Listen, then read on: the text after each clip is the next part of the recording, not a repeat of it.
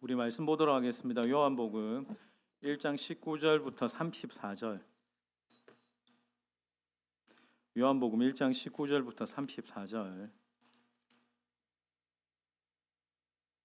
19절부터 34절 저와 여러분이 교독하면서 보겠습니다. 19절부터 34절입니다. 유대인들이 예루살렘에서 제사장들과 레인들을 요한에게 보내어 내가 누구냐 물을 때에 요한의 증언이 이러하니라.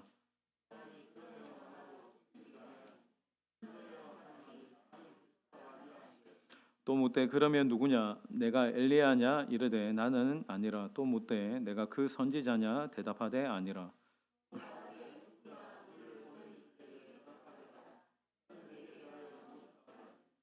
이르되 나는 선지자 이사야의 말과 같이 주의 길을 곧게 하라고 광야에서 외치는 자의 소리로라 하니라.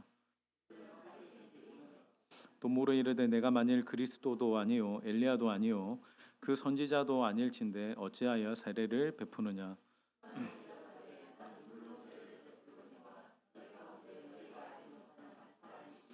곧 내 뒤에 오시는 그이라. 나는 그의 신발끈을 풀기도 감당하지 못하겠노라 하더라.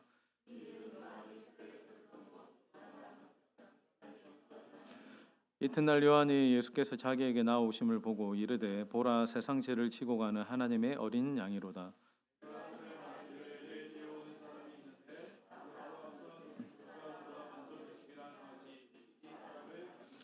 나도 그를 알지 못하였으나 내가 와서 물로 세례를 베푸는 것은 그를 이스라엘에 나타내려 함이라 하니라.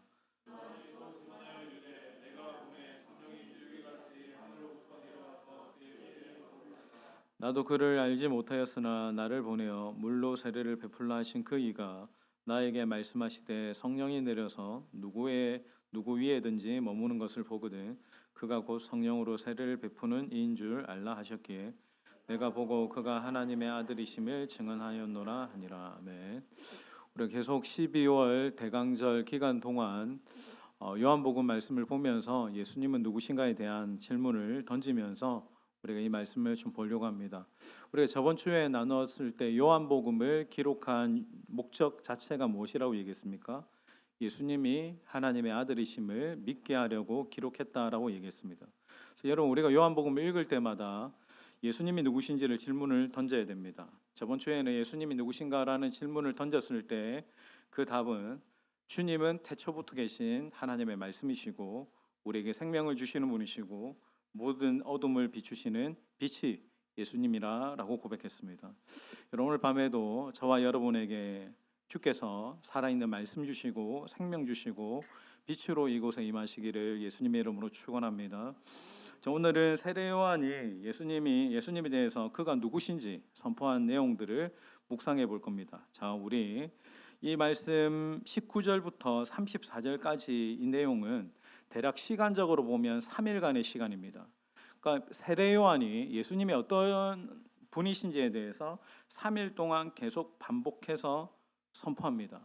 그러니까 19절부터 28절까지는 유대인들이 사람을 보내가지고 세례 요한에게 예수님이 누구신지에 대해서 그가 누군지에 대해서 보내서 묻는 것이 첫 번째 날이고, 자 29절을 다 같이 한번 읽겠습니다. 29절 이튿날 요한이 시작. 이튿날 요한이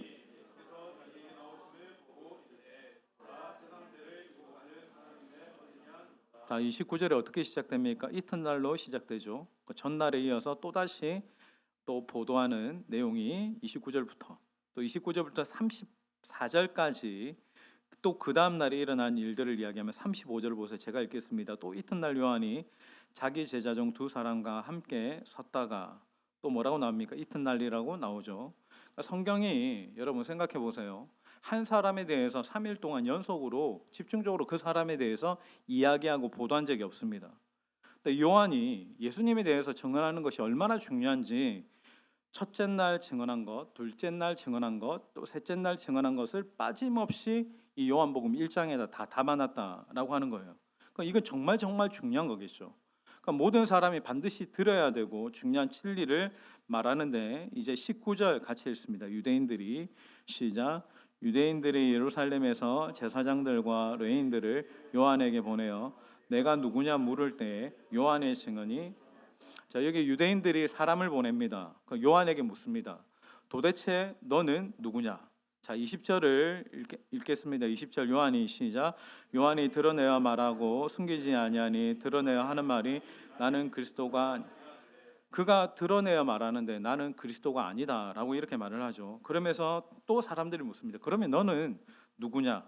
자, 23절 같이 있습니다. 23절 시작. 이르되 나는 선지자 이사야의 말과 같이 주의 길을 곧게 하라고 광야에서 외치는 자의 소리라. 나는 선지자 이사야의 말과 같이 주의 길을 곧게 하라고 광야에서 외치는 자의 소리라라고 말합니다. 자, 그 다음이 중요합니다. 26절 같이 있습니다. 26절. 자, 요한이 대답하되 시작. 너희 가운데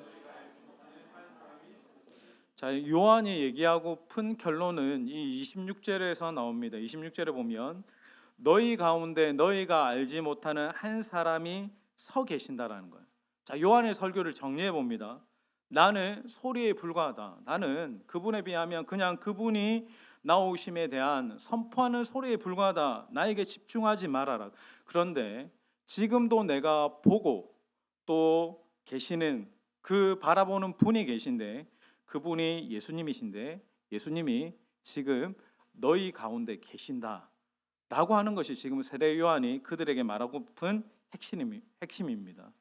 여러분, 저도 이 밤에 요한처럼 한번 얘기해 볼게요. 여러분, 우리 눈에 보이지 않지만 만져지지 않지만 주님이 이 자리에 우리와 함께 계십니다. 여러분, 저는 여러분이 기도 중에 함께 계시는 주님을 바라보게 되기를 예수님의 이름으로 축원합니다. 주님이 오셨다라는 거예요. 주님이 우리와 함께 계신다라는 거예요.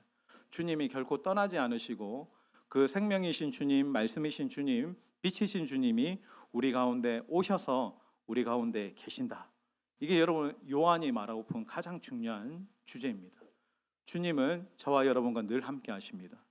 이 기도의 가운데도 주님 우리와 함께 계시는 줄 믿습니다. 예전에 한 목사님이 간증하는 걸 듣고 제가 은혜가 되어서 좀 이 부분 이야기하려고 합니다. 이분이 춘천에서 초임 전도사 사역을 하실 때 담임 목사님이 갑자기 이렇게 이제 세미나를 가는 바람에 이분에게 새벽 기도를 설교를 부탁하신 거예요. 여러분, 처음 초임 전도사가 설교를 하는 게 굉장히 가슴이 떨리고 또 서는 게 힘든 일이죠. 제가 만약에 여기 있는 성건간사 기도에 설교 부탁했으면 도망갔을지 모릅니다. 그러니까 이 주일학교 설교만 했던 이 전도사님이 애들 앞에서만 설교해봤지 어른들 앞에서 한 번도 해본 적이 없죠. 그래서 너무 긴장이 되고 떨리고 밤늦도록 주석 보고 기도도 하고 하면서 밤새도록 설교를 준비한 거예요. 다음날 새벽 5시 반 새벽 기도 시간이 되었습니다. 근데 새벽 기도에 아무도 안 오더래. 그 작은 교회라 사람도 많지 않은데 그런 거 있죠. 담임 목사님 안 계시면 또 잘 안 와. 아무도 안 오는 거예요. 그 마음에 낙심이 되기 시작한 겁니다. 5분만 딱 기다리자.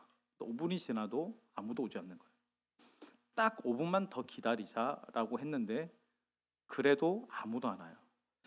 아무도 안 오니까 이분이 마음이 상해서 그냥 기도는 하고 가야 되겠다라고 하는 생각에 마음속에 딱 강대상에서 이제 앉아서 기도를 하려고 하는데 마음속에 주님의 음성이 들리더래. 나는 여기 왔다. 그 말을 듣고 본능적으로 이게 주님의 음성이구나라고 해서 벌떡 일어나서 강대상으로 이제 나아간 거예요. 여러분 보세요. 예배 드릴 사람이 왔고 예배를 받으실 주님이 이곳에 계시니 된 겁니다. 그래서 여러분 찬송가를 부르고 이제 설교를 이제 시작하려고 하는데 근데 실제로는 여러분 여기에는 그래도 뭐 오늘 많이 안 왔지만 그래도 이렇게 설교를 듣는 사람이 있잖아요. 근데 주님이 여기 왔다라고 하셔도 앞에 사람들 아무도 없고 막 소리치려고 하니까 너무 서글프지더래요. 이렇게 해야 되나? 라는 마음이 딱 생각이 들 때 또 주님의 음성이 들려요. 내가 여기 혼자 오지 않았다. 영안을 열어주시는데 세상의 그 모든 앞에 있는 빈자리에 천사들이 앉아 있는 것을 보여주신 거예요. 그래서 더 열정적으로 찬양을 하고 설교를 하고 다 이제 마치고 끝나갈 즈음에 집사님 한 분이 저 뒤에서 이제 오신 거예요. 근데 이분이 볼 때 너무 이상한 거예요. 분명히 아무도 없는데 전도사님이 그 초임 전도사님 너무 열정을 다해서 이렇게 설교를 하고 계신 거예요. 근데 전도사님 하는 말이, 이분에게 하는 말이 더 가관입니다. 집사님, 여기 빈자리 잘 찾아서 앉으시라고. 여러분, 제 말이 아니고 주님의 약속입니다. 두세 사람이 내 이름으로 모인 곳에 주님 함께 하십니다. 여러분, 이걸 질문해 보세요. 여기에 한 사람만 모여도 주님 오실까요? 주님 오십니다. 세 사람이 모여도 오시고, 두 사람이 모여도 오시고, 나 홀로 여기 혼자 앉아 기도하고 있어도 주님은 오시고 우리와 함께 하십니다. 여러분, 이 자리에 우리가 무엇으로 모였습니까? 주님의 이름으로 모였잖아요. 주님의 이름으로 모였기 때문에 예수님 우리와 함께 하신 줄 믿습니다. 그 요한의 설교가 그것인 거예요. 여기에 우리 가운데 오신 주님을 보라는 거예요. 여러분, 우리가 이 기도에도 주변에 사람들 보시면 안 됩니다. 여기 설교하는 목사 보시지도 말고 여기에 여러분 가운데 오신 예수님을 바라보기를 주님의 이름으로 축원합니다. 늘 시선을 주님께 바라보고 주님을 보게 되는 은혜를 내가 깨닫기 시작할 때, 그때부터 진정한 관계가 시작되고 기도가 시작되고 예배가 되기 시작하는 거예요. 자, 또 요한이 예수님에 대한 자신의 사명에 대해서 이렇게 말씀을 하시는데, 우리 23절 같이 한번 읽겠습니다. 이르되, 시작. 주의 길을 곱게 하라고 광야에서 외치는 자의, 자 23절에 보면 내가 주의 길을 곱게 하라고 광야에서 외치는 자의 소리라고 이야기합니다. 자, 여러분 보세요. 소리가 전달이 돼야 되는데, 근데 사람들의 마음이 어떠하다라고 이야기합니까? 마음이 굽어 있대요. 그러니까 이 굽은 마음을 펴줄 사명이 이 세례 요한에게 있다라고 하는 겁니다. 자, 이것에 대해서 구체적으로 설명하는 말씀이 이사야 40장 말씀인데, 우리 한번 띄워주세요. 우리 같이 읽겠습니다. 자, 외치는 자의 소리에 이르되, 시작. 너희는 광야에서 여호와의 길을 예비하라. 사막에서 우리 하나님의 대로를 평탄하게 하라. 골짜기마다 도두어지며 산마다 언덕마다 낮아지며 고르지 아니한 곳이 평탄하게 되며 험한 곳이, 자, 여기 3절에는 사명이 나오고 4절에 보면 하나님이 보시기에 어떠한 마음들이 있대요. 하나님 보시기에 첫 번째는 높은 마음들이 있다라고 합니다. 언덕같이 산들같이 높아진 마음들이 있대요. 이 높아진 마음들은 뭐라고 이야기합니까? 낮아지기를 하나님이 원하신다라는 거예요. 그러니까 이 굽은 마음 중에 높은 마음들은 하나님이 낮아지길 원하신다. 그러니까 여러분, 내가 할 수 있다라고 하는 마음, 내가 할 수 있다라는 마음 안에 뭐가 나옵니까? 그래서 주님 의지하지 않는 거예요. 여러분, 우리의 기도가 식어지고 찬양이 식어진 이유는 뭘까? 내가 주님을 바라보지 않고 주님 의지하지 않는다라는 거예요. 내 마음이 높아졌기 때문에 주님을 바라보지 못하고, 주님도 내 높아진 그 마음 때문에 그 길을 넘어서 못 오신답니다. 여러분, 우리 가운데 여러분 행여나 높아진 마음이 있다면, 그런 교만한 마음이 있다면, 자만하는 마음이 있다면 낮아지게 되기를 주님의 이름으로 축원합니다. 그런 마음이 꺾여지고 깎여지고 낮아져서 평지가 될 때, 전적으로 주님만 의지하는 가난한 마음이 될 때, 주님을 우리가 그때 비로소 배우고 주님을 의지하게 된다라는 거예요. 또 한 가지는 주님이 보시기에 골짜기 같은 마음들이 있어요. 말씀 계속 띄워주세요. 그 골짜기 같은 마음들은 어떤 마음이냐면 푹 꺼진 마음이에요. 그러니까 지나친 자기 비하에, 골짜기마다 도도해진다라고 하죠. 지나친 자기 비하에 낙심되고 좌절되고 포기하고 싶은 마음들을 이야기하는 거예요. 근데 그 꺼진 마음이 다시 평지가 되고 올라오는 것이 곧아지는 것이다라고 이렇게 이야기합니다. 혹시 여러분 오늘 이 밤에 여기 계신 분들 중에 내 마음이 낙심되고 또 좌절되고 포기하고 싶은 심령들에게 주님이 이렇게 말씀하십니다. 내가 너를 격려하고 내가 너의 마음을 곧아지고 튼튼하게 해서 다시 내가 너와 함께 걸어갈 것이다. 여러분, 주님이 주시는 이 격려의 음성을 듣는 이 복된 밤 되기를 주님의 이름으로 축원합니다. 우리 29절 같이 읽겠습니다. 29절. 자, 이튿날 시작. 보라, 세상제를, 자, 이제 둘째 날이 되었습니다. 둘째 날이 되었는데 요한이 예수님에 대해서 분명하고 확실하게 말하죠. 뭐라고 이야기합니까? 보라, 세상 죄를 지고 가는 어린 양이다라고 이야기합니다. 여러분, 우리 주님은 우리의 모든 죄를 지고 가신 하나님의 어린 양이십니다. 여러분, 우리가 하나님의 어린 양이라고 하면 어떤 이미지가 떠오릅니까? 여러분, 어린 양이라고 하면 어떤 이미지가 딱 눈에 생각에서 떠오릅니까? 저 푸른 초원에서 들판에서 풀을 뜯고 있는 양들, 아니면 또 목자가 이렇게 지팡이를 들고 따라가는 양떼들을 생각합니다. 네, 여러분, 유대인들은, 이스라엘 백성들은 어린 양이라고 생각하면 딱 그 이미지가 아니에요. 이스라엘 백성들에게 있어서 어린 양 딱 하면 떠오르는 것은 유월절입니다. 출애굽하는 날 그 온 가족이 어린 양 한 마리를 잡죠, 말씀대로. 네, 여러분, 이 어린 양은 아무런 죄가 없습니다. 근데 이 어린 양 한 마리가 어떤 역할을 합니까? 온 가족들을 대신해서 죽어요. 그리고 그 짜낸 피를 문설주와 좌우 임방에다 바릅니다. 이 어린 양의 피를 보면 그 죽음의 사자가 그 집을 넘어간 사건이 유월절입니다. 그 피로 말미암아 그의 가족과 모든 백성들이 구원을 받은 거죠. 여러분, 이스라엘 백성들에게 하나님이 두고두고 너희가 이 유월절을 기억하고 지키게 하라고 얘기했습니다. 그래서 이스라엘 백성들에게 어린 양 딱 하면 떠오르는 것은 그들 대신 죽은 양입니다.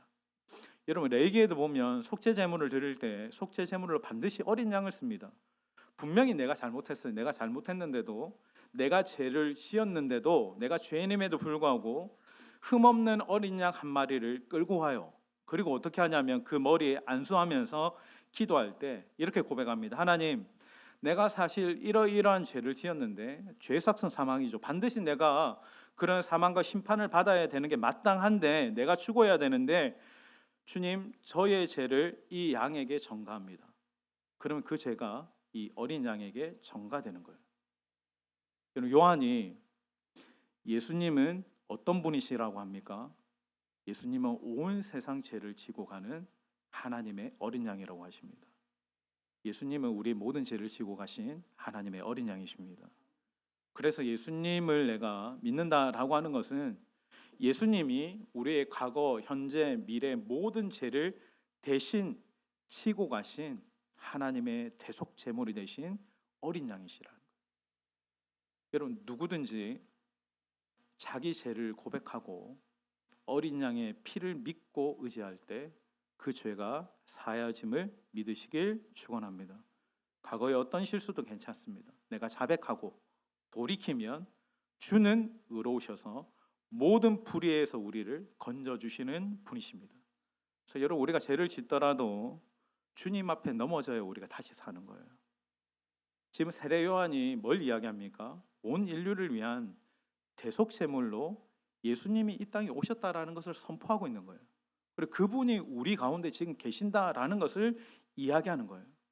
여러분, 예수님이 나의 죄를 대신해서 십자가에 달리신 하나님의 어린 양이심을 믿으시길 축원합니다. 이러므로 말미암아 내 모든 죄와 저주, 사망의 권세들이 오직 예수님이 흘리신 그 십자가의 보혈의 은혜로 말미암아 깨트려지고 내 영은, 내 육도 포함해서 자유케 될 것임을 믿으라는 거예요.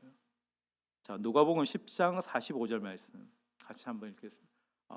마가복음이죠. 마가복음 10장 45절. 자, 인자가 온 것은 같이 읽겠습니다. 시작.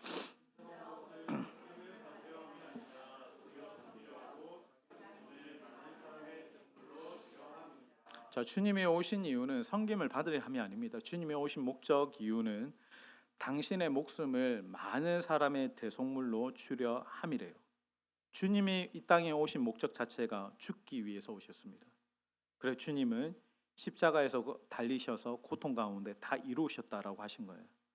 오직 예수님이 우리의 모든 죄를 대속하신 하나님의 어린 양 되심을 굳게 믿으시길 주님의 이름으로 축원합니다. 우리 다시 본문으로 돌아와서 35절, 36절을 같이 읽겠습니다. 또 이튿날, 자, 같이 읽습니다. 시작. 예수께서 거니심을 보고 말하되 보라. 자, 이제는 또 이튿날이 되었습니다. 이제 요한이 많은 사람들이 아니라 여기 보면 두 사람의 제자가 나오죠. 청중이 매우 작습니다. 그런데 요한이 또 선포합니다. 뭐라고 이야기합니까? 보라, 하나님의 어린 양이로다 라고 이야기합니다. 찰스 스펄전 목사님 유명한 설교자이시죠. 목사님이 이런 이야기를 합니다. 목사들이 아무리 인생에 목회에 많은 일들을 하고 봉사를 하고 집을 지어주고 사회 운동에 참여한다라고 할지라도 보라 하나님의 어린 양이로다라고 외치지 않는 목사는 실패한 목사래요. 저도 공감합니다. 제가 아무리 좋은 말을 해도 예수님은 하나님의 어린 양입니다. 어린 양 예수님이 흘리신 보혈로 말미암아 내가 사함을 받았습니다. 예수님이 흘리신 십자가의 보혈로 나는 오늘도 승리할 것입니다 라고 외치는 게 여러분 목사가 할 일입니다. 항상 여러분도 이와 같이 예수님이 하나님의 어린 양이십니다. 예수님이 흘리신 보혈로 말미암아 오늘도 내가 죄 사함을 받습니다.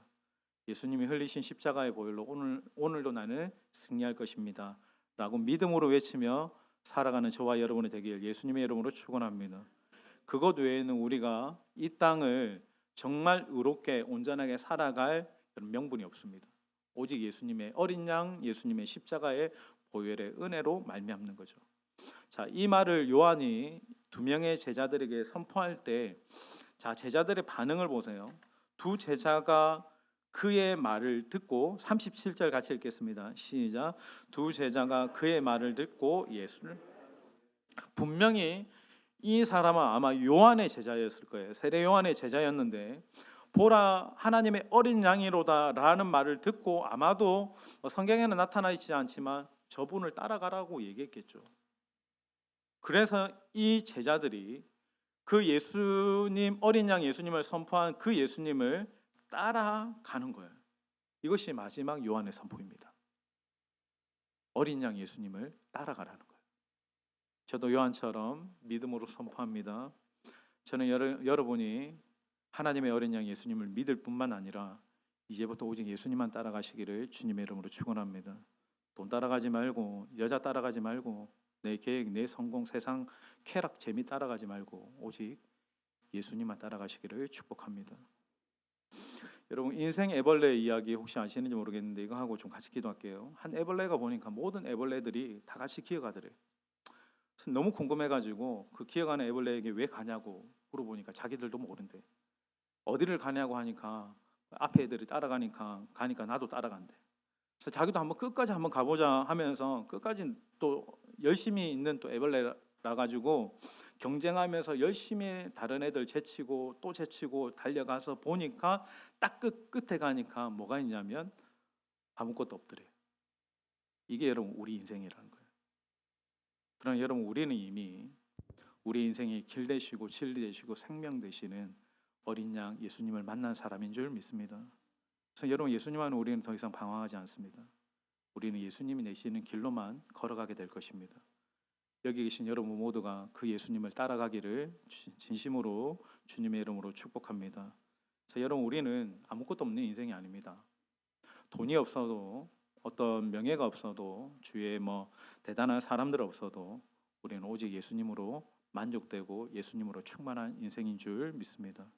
그래서 그 주님을 바라보십시오. 그 주님의 십자가의 보혈의 은혜를 오늘도 의지할 때 여러분의 삶에 모든 묶고 있는 것들, 눌려 있는 것들, 내 안에 자유케 되지 않는 끊임없이 만족되지 않는 모든 갈증들이 다시 한번 채워지고 메워지고 자유케 되어지는 은혜가 오직 예수님께 있습니다. 그분을 오늘도 믿음으로 의지하고 그분을 따라 오늘도 주님의 길로 걷는 저와 여러분이 되시길 예수님의 이름으로 축원드립니다. 우리 시간